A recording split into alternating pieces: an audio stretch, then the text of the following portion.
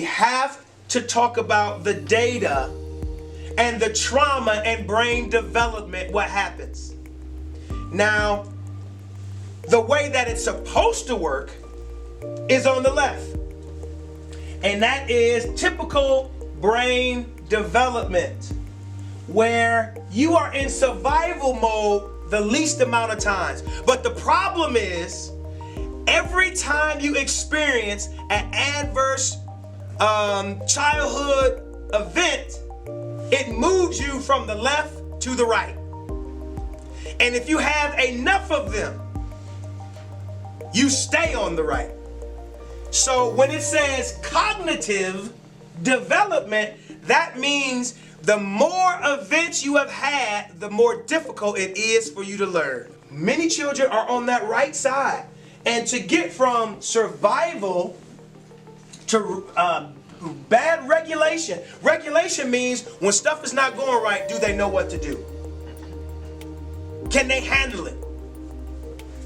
Running out of the classroom shows they don't know what to do. Screaming, hollering, tantrum, knocking over desks, knocking over tables, knocking over chairs, knocking over each other. That shows they got problems with regulation. The next one is social and emotional. We know that piece. And then the cognition, the learning piece.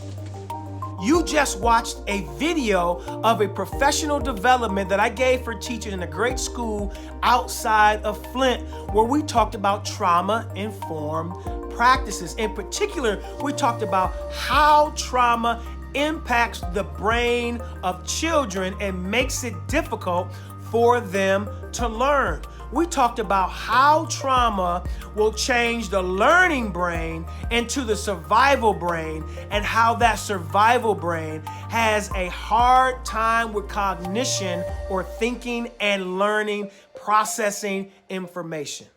Let's break that down. Recently, Michigan Lieutenant Governor Garland Gilchrist said that he had 23 people that he knew in his life who had died because of the COVID-19 coronavirus. Let's look at it this way. If Garland Gilchrist was one of your students that would be coming back to your classroom in the fall, since the last time you saw him, he would have acquired 23 adverse childhood experiences or events.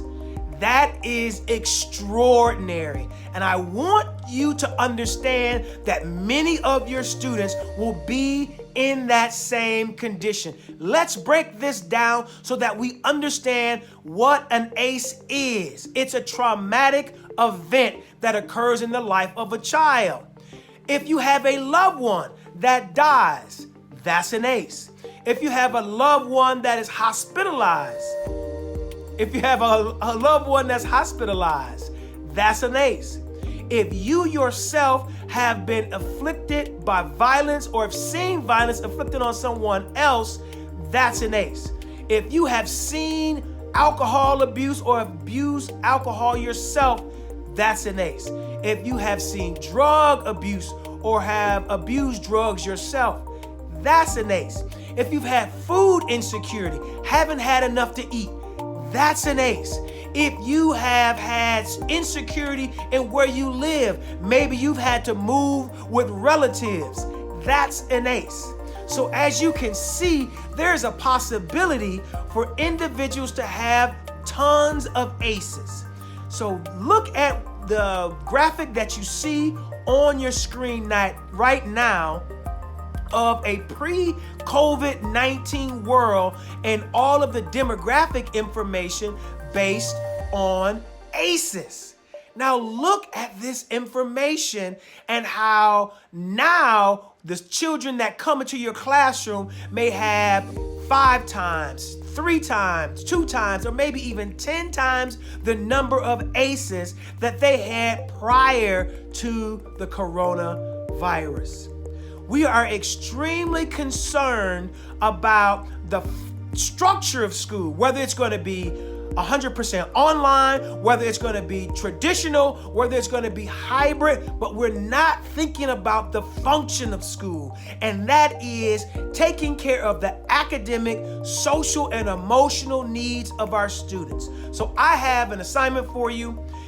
Included with this post and this video is a document where you can screen and assess the number of ACEs that a child has. And that will give you an idea on the type of work that you're going to have to do in the fall. You can either give it to them in summer school, you can send it to a parent and have the parent give it to them, or you can give this screening assessment to them at the beginning of school. I got it from the University of Washington.